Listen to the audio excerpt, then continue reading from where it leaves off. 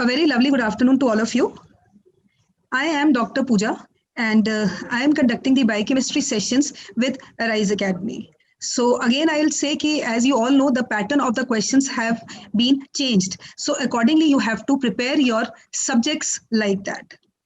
And before starting up, because I am been receiving so many comments, see, basically what happens is if we talk about biochemistry, basic thing is that you should know about mainly what are the rate limiting enzymes of particular processes, what are the normal values, what are the reactions catalyzed by particular enzyme. Because in clinical based questions would be like, say, if you carry out the assay of a particular enzyme, there will be increase in the concentration of that enzyme. So you should be able to figure out कि this reaction is catalyzed by which enzyme. Right. So this is how you have to attempt your questions. So today my topic of discussion is protein metabolism. Protein metabolism itself is a vast topic and so many questions have been framed on this. Now proteins, all of you know, they are what? They are the polymers of amino acids. So you should have a sound knowledge of the amino acids, what are their different classification as per the charge, as per their structures. So before starting up with the discussion of the questions, I will just give you a brief idea of what can be the topics on which questions can be framed and asked, right? So first of all, you should know the brief classification of these amino acids. Because all of you know that amino acids have a zwitterion structure. Basic structure of every amino acid is similar. Right? And the difference is in the R group. Now, this R group can be aliphatic, as glycine, alanine, leucine, isoleucine are there. This R group can have hydroxyl group containing amino acids like serine and threonine. Then this R group can have aromatic amino acids, which are, you can say, phenylalanine, tyrosine, and tryptophan. Similarly, they can be heterocyclic, for example, tryptophan. Right. So this is what is the classification, rough classification I'm giving you. Then acidic are there, then basic are there. So the questions can be framed on what is the metabolism of this aromatic. Suppose if I talk about, because you know, inborn errors of metabolism. If a particular enzyme is absent, there will be accumulation of that particular substrate. And that will be always mentioned in a question. So if we look at the metabolism, one is as per their nitrogen, that this ammonia, toxic ammonia is given out in the form of urea. So questions can be on urea cycle. Second is this carboxylic group. On the basis of carbon skeleton, amino acids are glucogenic as well as ketogenic. It is again clear from the word itself. Glucogenic, formation of glucose, ketogenic, formation of a keto group. So this is how you have to align. So this is one segment on which the questions will be asked. Once I finish up with the discussion of questions, then automatically you will come to know that this is how you have to prepare. Right? And then second important point about this is obviously inborn errors of metabolism along with different amino acidureas. Like maple syrup urine disease due to branch chain amino acids. The urine starts giving the smell of burnt sugar. The color of the urine changes black on exposure to air. That means something is being produced which is on oxidation giving a characteristic color. So this is how you have to prepare. Right? Then the questions can be asked on simple detection tests for detection. Like a very common test for detection is cyanide nitroprusside test. Very important. Ferric chloride test, Guthrie's test.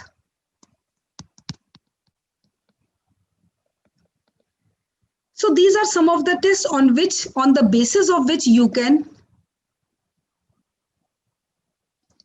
go for some assessment. Right, now we are starting up with the discussion, and automatically whatever comes in that question only. And always remember, these clinical based questions are actually very simple. It's all your mindset. If you start thinking like this is a tough topic, this is a tough question, no, we can't solve, you have to come out of that. And always remember, there is a keynote. I am always telling you, there is a key point hidden in every question. And obviously a best student is one who can check this key point. Very, very important. Right? So let's start up with the discussion of the questions. Question number 1. A 1-week-old male, again, see, it seems to be a very lengthy question, isn't it? A 1-week-old male newborn is brought to the physician for a follow-up examination, right? After the results of a newborn screening showed an increase in the concentration of phenylalanine. And genetic analysis confirms a diagnosis on the recommended dietary restrictions, including avoidance of artificial sweetness which contains aspartame. Right, and aspartame, it is mentioned in the question. Aspartame is a composed of aspartate and phenylalanine, and its digestion can lead to hyperphenylalaninemia in patients with phenylketonuria. So which of the following enzyme is primarily responsible for the breakdown of aspartame? Now you look at the question. Simply, if we look at the keynotes, here only one keynote is there. They have already mentioned that there should be avoidance of this artificial sweetener, which is what? Which is aspartame.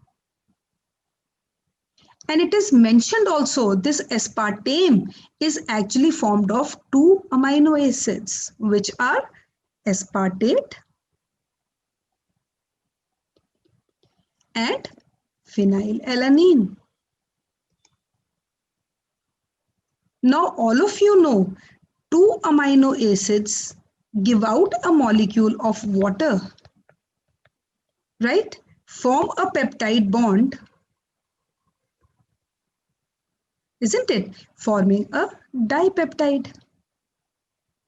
So, aspartame is a dipeptide. If I have to say, it is a dipeptide of aspartic acid and phenylalanine.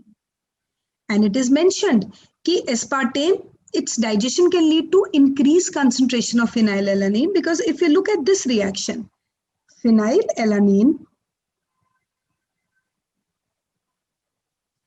is converted to tyrosine, right?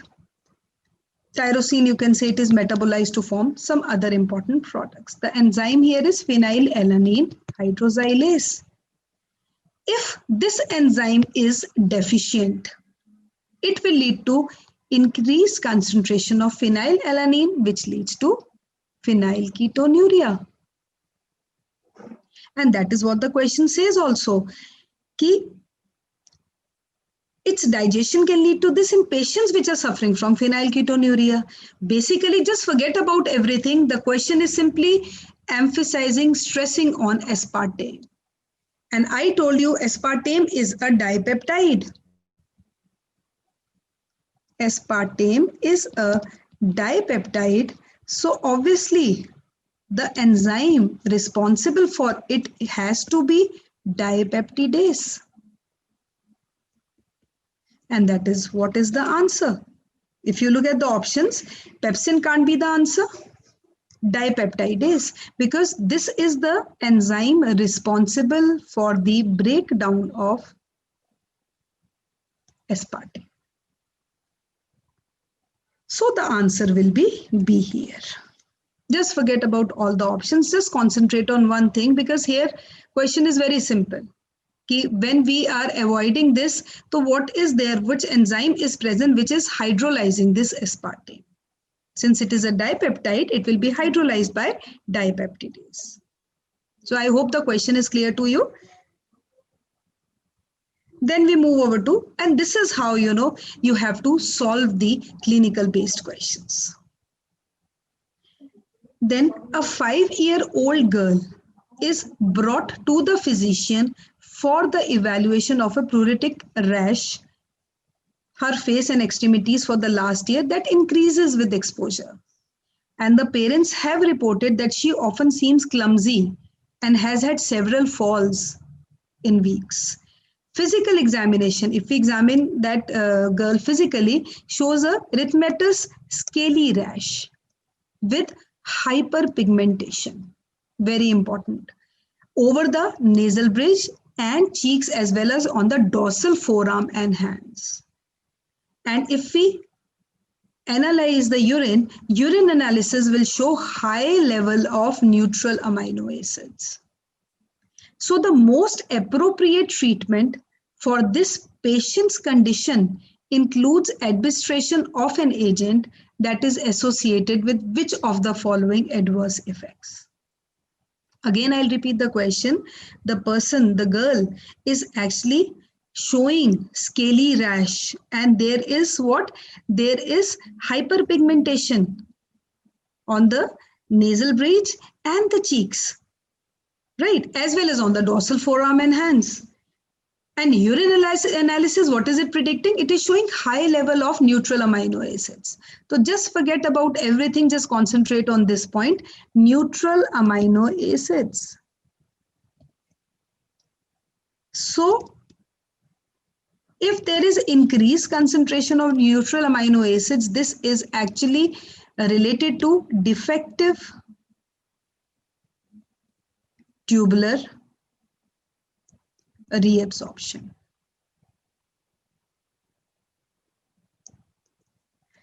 Right, and if we talk about defective tubular reabsorption, we come down to two very important disorders. One is Hartnupp's disease. Hartnupp's disease is due to failure in reabsorption related to tryptophan and other neutral amino acids, neutral dibasic amino acids.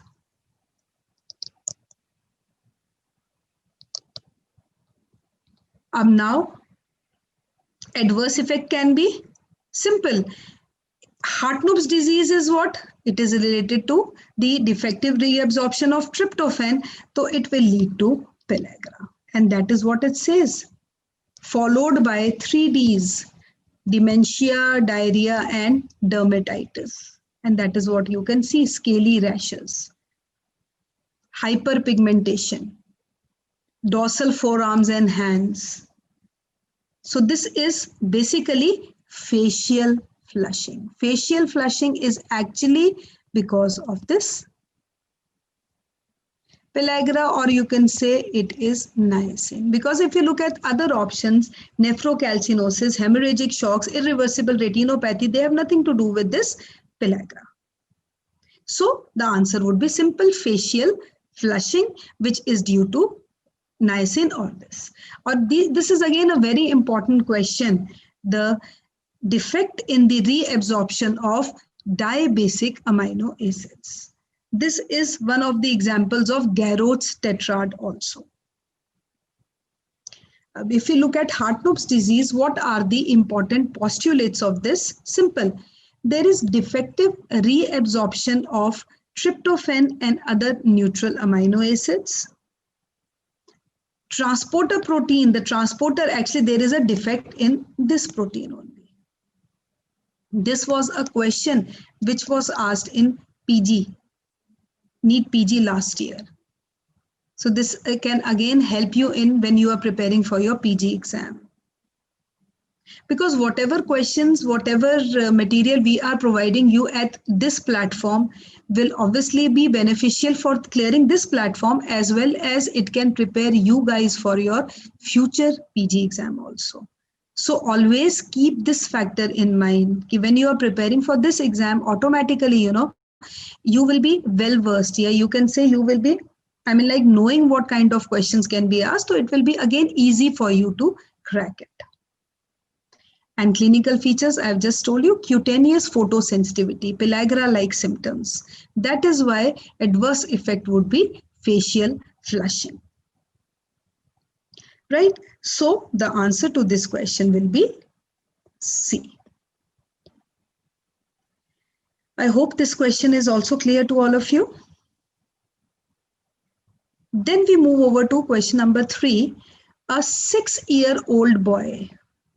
Now see, this seems to be a very lengthy question again, but you have to find out what is the particular key point in this. 6-year-old boy is brought to the physician for an examination of a well-being child. He has no history of major medical illness. No history of illness is there. But his mother has a complaint to make that when my son forgets to flush, his urine leaves dark stains on the toilet seat. Now she is unconcerned because her son already had dark colored urine as a baby. Yani ki when the child was small also, then also he had symptoms of this dark colored urine and had never had any health issue. Obviously, well-being, so his vital signs are also within normal limits, but obvious. Physical examination also shows no abnormalities. Okay. Now the question is, the patient's condition is most likely associated with impaired function of which of the following? See, the child is perfect. No abnormal as such thing is visible in this. The only complaint that mother has, there is formation of dark stains, because when the child forgets to flush also, what happens is when his urine is left as such, so it changes its color, and it is changing its color on oxidation. That means something is either missing in the urine of that patient, which undergoes oxidation to give that dark stain. And same was the medical history of the child when he was a baby. So what is the impaired formation? Up one question which is going to click your mind. All of you must be, mugging up certain things. Whenever the dark stained or dark colored urine is there, the chances are of alkaptonuria. Isn't it? And all of you know, if we talk about alkaptonuria, the deficient enzyme is this, you have been studying also, homogentisate oxidase, gentisate oxidase. But now, see the question, the patient's condition is associated with impaired formation, means something won't be produced. Now, before taking up this question, I will just give you a brief outline of the metabolism of the entire process so that it will be more clarified to you, right? What happens is, all of you know that phenylalanine forms tyrosine by simple phenylalanine hydroxylase. Now this tyrosine undergoes degradation. Always remember, whenever the function of a particular amino acid is over, its metabolism is governed as per its carbon and nitrogen skeleton. So this tyrosine will actually be degraded to form para-hydroxy phenyl pyruvate.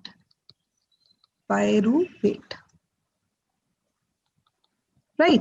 This para-hydroxy phenyl pyruvate will then undergo, first of all, it will be simple transaminase. This will undergo hydroxylation.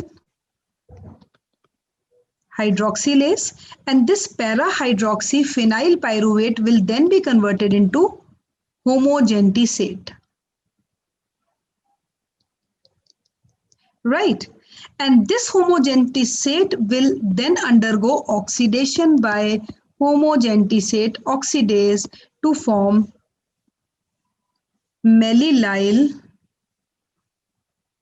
acetoacetate. This mellyl acetoacetate undergoes isomerism to form fumaryl acetoacetate. And this fumaryl acetoacetate then undergoes splitting in the presence of hydrolase to form what? Simple acetoacetate and fumaric acid. Now, in general, we say if this oxidase, homogenistic acid oxidase is absent, what will happen? There will be accumulation of this homogentisate, right? And this homogentisate will, on oxidation, form alkapton type of substances. These are actually colored quinonoacetates, and that is why we say the color of the urine changes to dark. There is dark colored urine on exposure to air. But here the question is altogether different. Here they are not saying whether the enzyme is deficient. The question says impaired formation of which of the following. So if we talk about the impaired formation, it would be simple mellyl acetoacetate. Why? Because this enzyme is absent. If this enzyme is absent, mellyl acetoacetate won't be produced.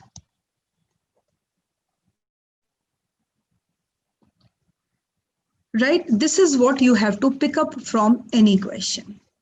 So here the answer will be simple, mellyl acetoacetate.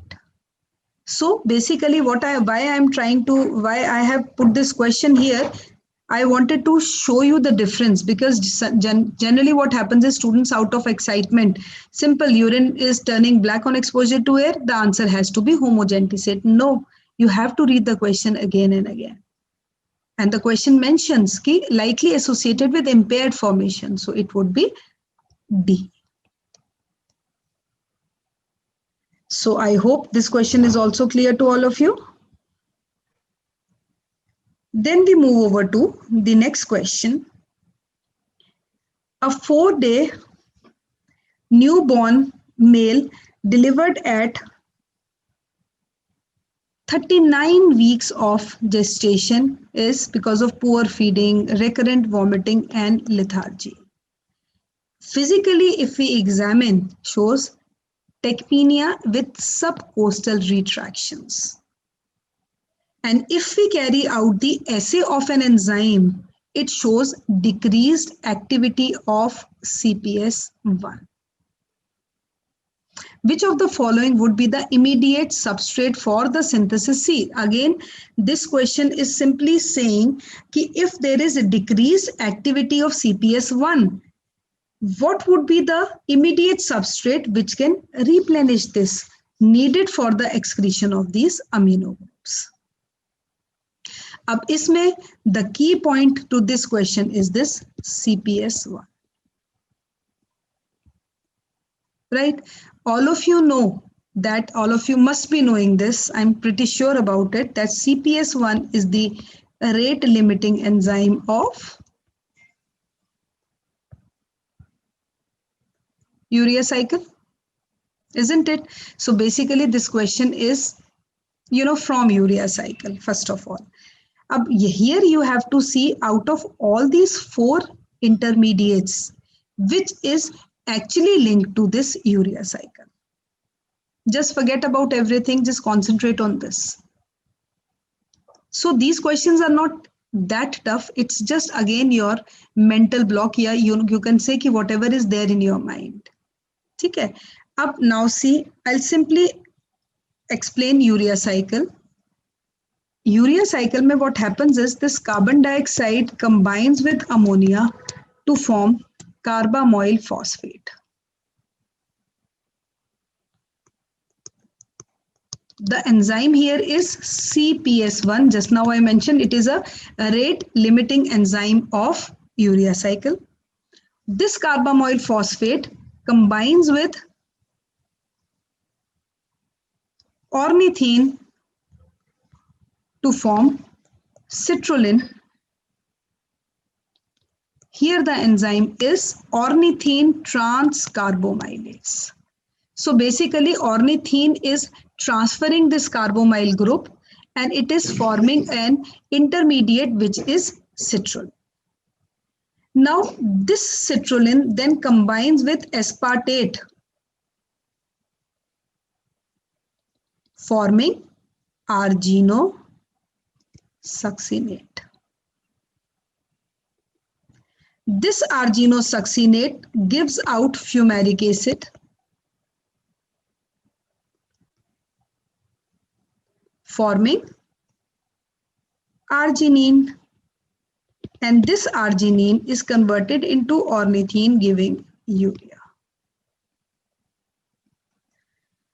Okay, the enzymes here it is arginosuccinate synthetase, here it is arginosuccinase, and here it is arginase. Up question says that there is decreased activity of CPS1. Right, that is what is written in the question and shows decreased activity. Now, which of the following would be the immediate substrate? If you look at all the four options, only aspartate is there, which is related to urea cycle. Neither valine, nor homocysteine, nor phenylalanine. These are linked with that. And that is what exactly happens. This aspartate is actually required for this urea cycle, as you can see here. And if you know that, you must be knowing this again, urea, which has this formula NH2, C double bond O NH2, one amino group comes from aspartate. This carbon comes from carbon dioxide, and this amino group comes from the amino acids. So obviously, if we look at this urea cycle, it would be aspartate. So the answer would be A here. This is how you have to attempt. I hope this question is also clear to all of you. Then we move over to the next question, question number 5. A 40-year-old man comes to a physician because of worsening of the lower back, knees and shoulders over the past few years. He was unable to touch while standing. Now he had difficulty in touching his shins. Ab again see, he is wearing a shirt with dark brown stains around the armpits. And if we look at the physical examination, simple, bluish brown sclera and thickening of the external ear is there. And if we carry out the X-ray of the spine, it shows calcification of the intervertebral discs. Very important. A patient's condition is most likely caused by impaired mechanism of what? Now see, again, just see the key point. Key point here is dark brown stains.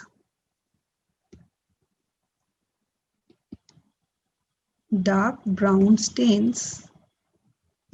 Second important key point is thickening of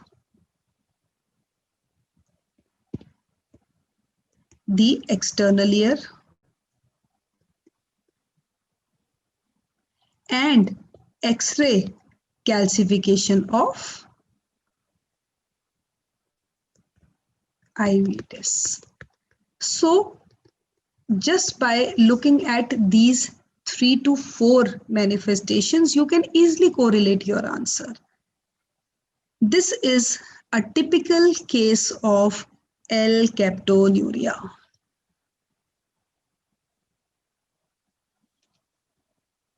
Leading to ochronosis,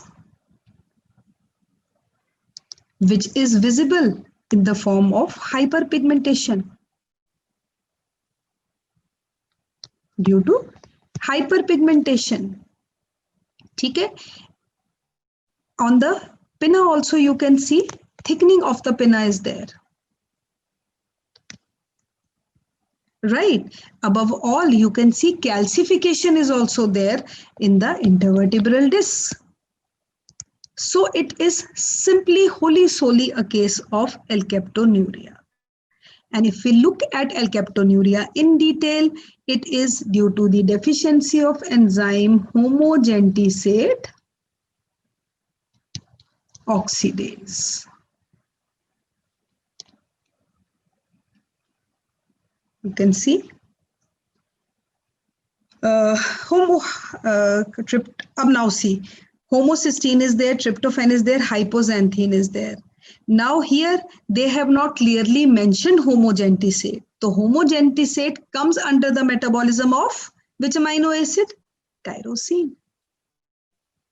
Because just now I showed you one slide. I'll just show you that slide so it will be more easier for you. You can see this tyrosine, how it is converted into this.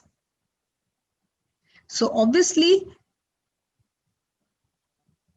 the answer would be tyrosine. Ab dekho, question can be asked from either of the ways. Either it would be the parent amino acid. Here the option would have been phenylalanine also, because phenylalanine is required for the synthesis of tyrosine. And this tyrosine is required for further breakdown to form acetoacetate and fumaric acid. And this is a very important question which is most likely to be asked in the exam. Because these are the actually questions which are asked on protein metabolism. Calcification is there, bluish brown sclera is there, thickening of the external ear is there. Always remember just ochronosis, L-captonuria, homogentisate oxidase is the enzyme. So question can be asked in either of the ways. So I hope this question is also clear to all of you. Then we'll move over to the next question.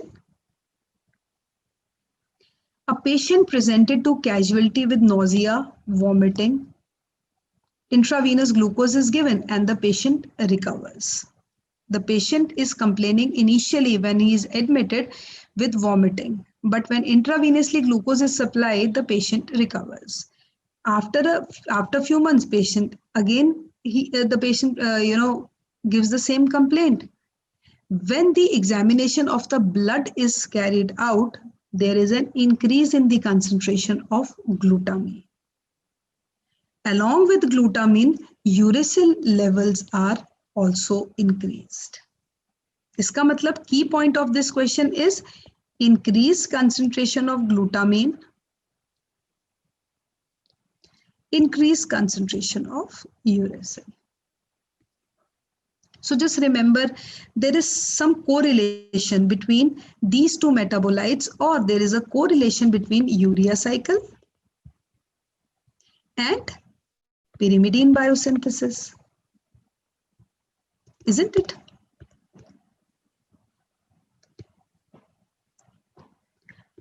Now you have to figure out of these 4 enzymes, which is an enzyme which can be,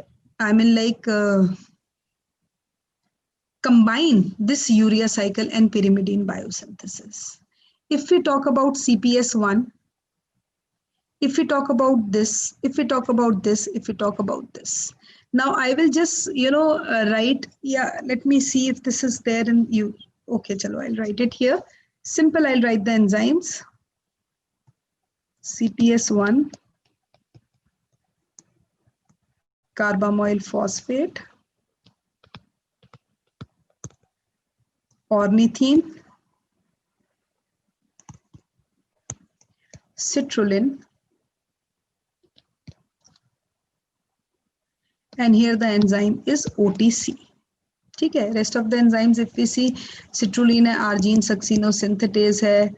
I'll write simple A. This arginosuccinate, it forms B, arginosuccinase, and B forms this, forming urea, and the enzyme here is arginase. अब all of you know that these two enzymes या steps take place in the mitochondria, whereas these third, fourth, and fifth take place in the cytosol. So there has to be a transport protein which will be transporting from mitochondria to cytosol and from cytosol to mitochondria. तो यहाँ पे citrulline transporter is there,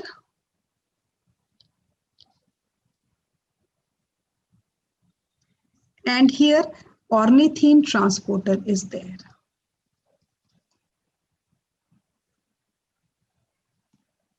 Now see what happens is, if we talk about, let's see, CPS1 deficiency. ठीक है, if deficiency of CPS1 is there, the concentration of glutamine will increase, but there won't be any change in uracil.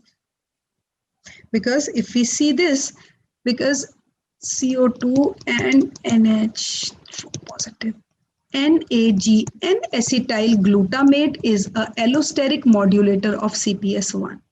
So if we talk about, because this ammonia is coming actually from the degradation of the amino acids, and glutamate is carrying in the form of glutamine and handing it over to the liver, right? So there won't be any change in uracil. So this, there is no question of this.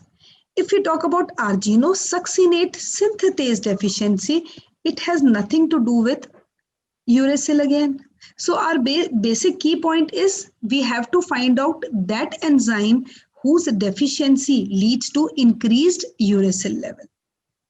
Okay, so for that, if we talk about CPS2 deficiency, this is again not, because this is leading to hyperammonemia or citrullinemia type 2. It has nothing to do with uracil.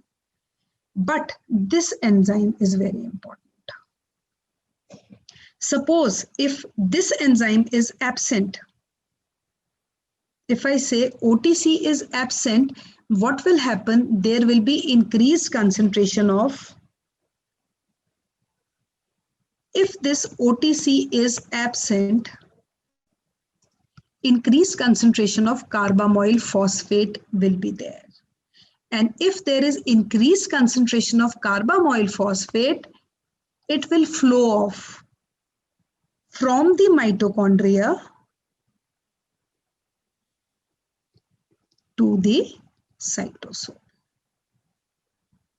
Again, I will repeat this line because this is very important. If OTC is absent, ornithine transcarbamylase is absent, there will be increased flux of carbamoyl phosphate. It will be so much that it will come out from mitochondria to cytosol. And if it enters in the cytosol, obviously this carbamoyl phosphate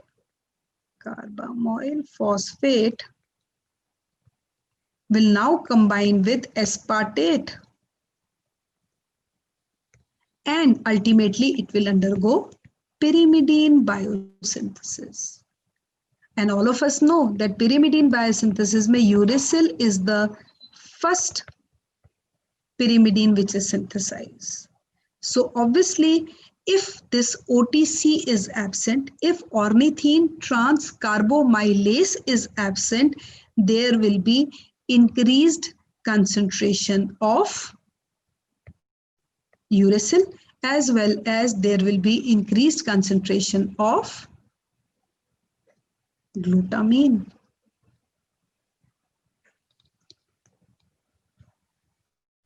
There is one very important syndrome associated with it, which is Reye syndrome. Very important again. ठीक है.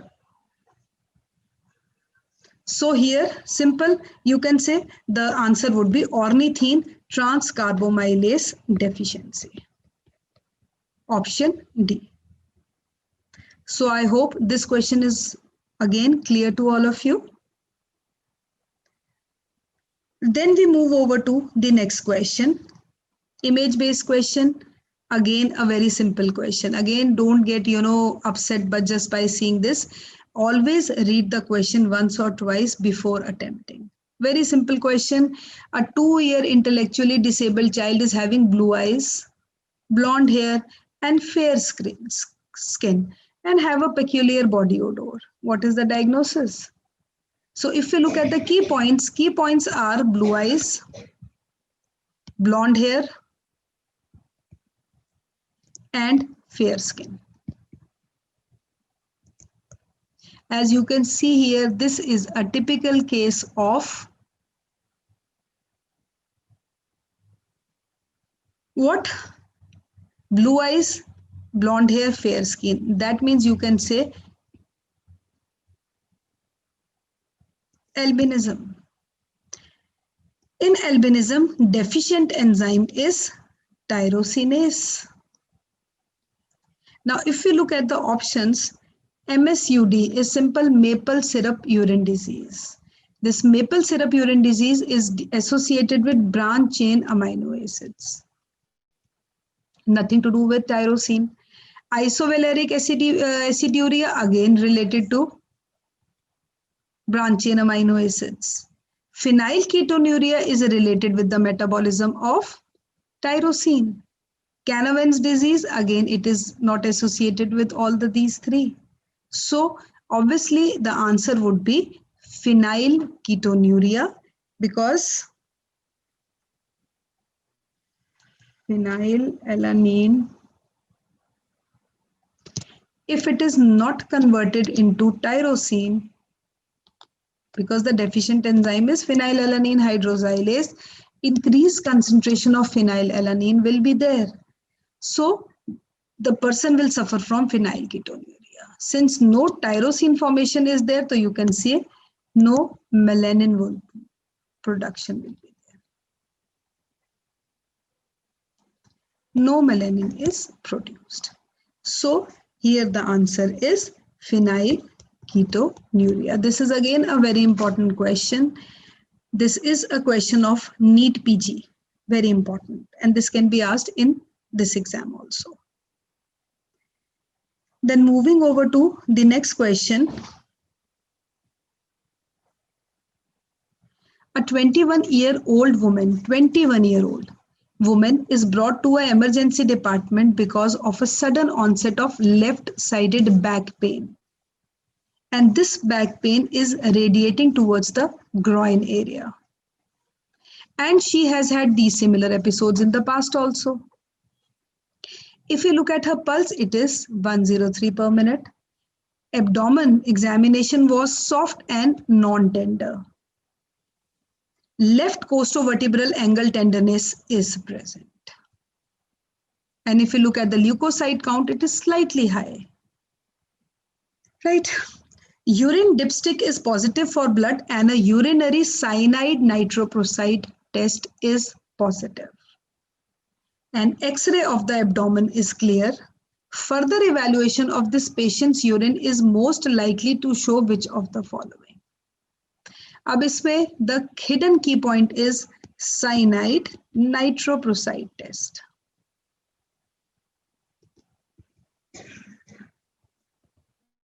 Right, and she had pain the left hand side which is radiating towards the groin area. So this is typical a case of stones, renal stones, right? Up urine dipstick test is positive for blood. Again, you can say that this is confirmed. And further, urinary cyanide nitroprusside test is positive. So always remember this cyanide nitroprusside test is actually cyanide nitroprusside test is positive for the person suffering from cystinuria, or there is actually formation of these cystine stones. This cystine is actually formed when two molecules of cystine combine. So one molecule of cystine is there, and this reacts with this nitroprusside to give a purple color. Right. So if you look at this question, and always remember in cystinuria, there is the hexagonal shaped crystals are produced. Always remember this, which are observed in the urine. And that is what the question says. Further evaluation of this patient's urine is most likely to show which of the following. Now, in this particular question, you can very well understand the person is suffering from cystinuria. Basically what? Because it is showing the presence of stones, and urinary cyanide nitroprusside test is positive, which is only positive in case of cystinuria. And one very interesting thing about the cystinuria is there is excretion of CoLA, 4 amino acids in urine also. Cysteine, ornithine, lysine, and arginine. Right. So the answer to this question would be hexagon shaped crystals. No low citrate concentration, no high uric acid. pH, obviously urine dipstick is positive. If urine dipstick is positive, obviously the pH is acidic. So it should be below 7. And यहाँ पे they are showing pH of 7.8, highly, little bit towards alkalinity. So this can be also ruled out. So the answer to this question would be hexagon shaped crystals, and the person will be suffering from cystinuria. Then we move over to the next question. A 20-month-old boy is brought to the physician for the evaluation of his behavioral abnormalities and abnormal movement of his extremities. And the mother reports that he often bites his fingers. And he is unable to walk without support, and speech is also unclear. And if we examine, it shows multiple bruises on the forehead and several healing wounds over the fingers. And overall, if we see, there is increased muscle tone in all extremities. Okay. And laboratory studies shows an increased serum uric acid concentration. Now, the serum concentration of which of the following is most likely to be increased in this patient? Now, again, what are the key points in this question? Bites his fingers, unable to walk without support. So, finger bite. So, biting of the fingers depict simple self-mutilation.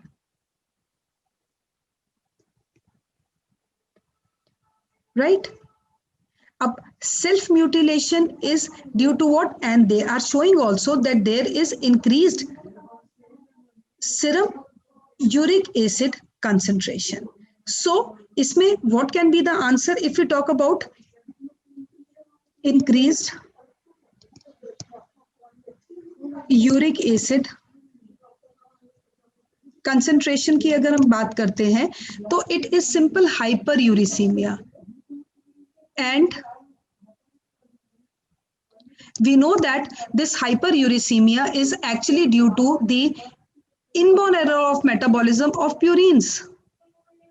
So you can say that there will be increased concentration of purines, so there will be increased degradation of purines.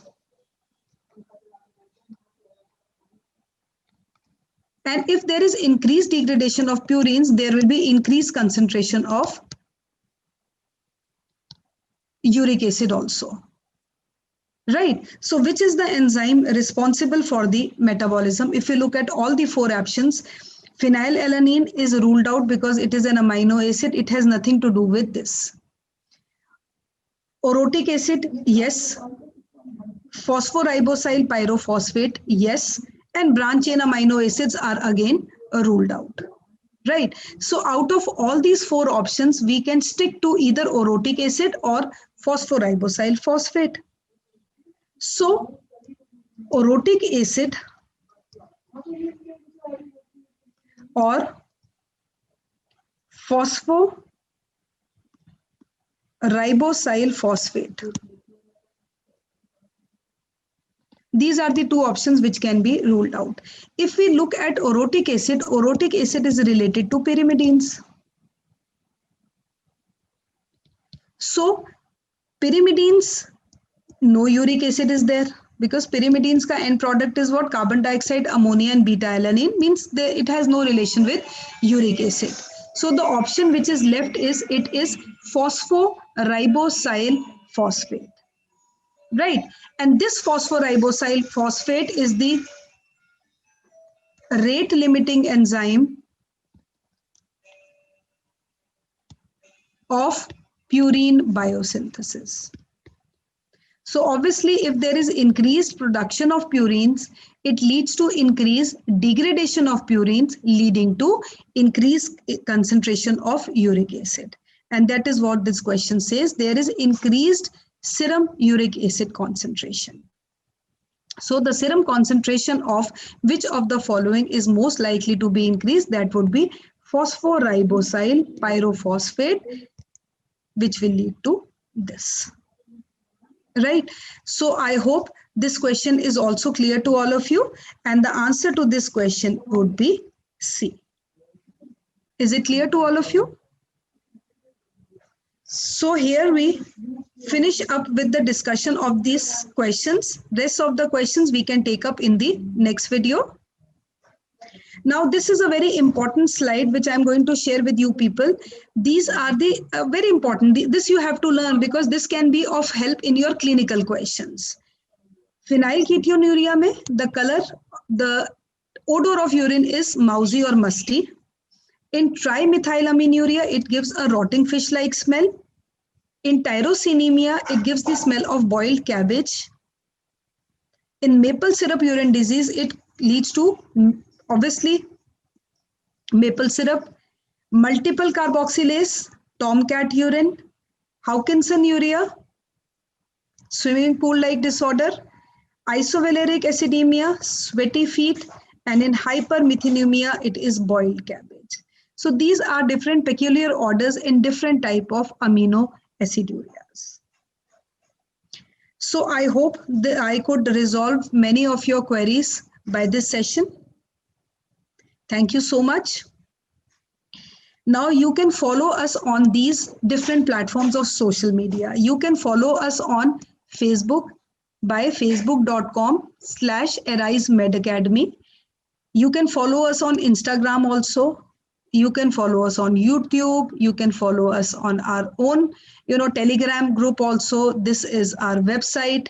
And if you have any personal queries, if you want any kind of material, any kind of question bank, any help, you can always email on this gmail.com. And these are our phone numbers to contact to us. So wishing you all the best for your future exam. I hope I was able to, resolve many of your queries in this present session of mine. Thanks so much. Have a good day.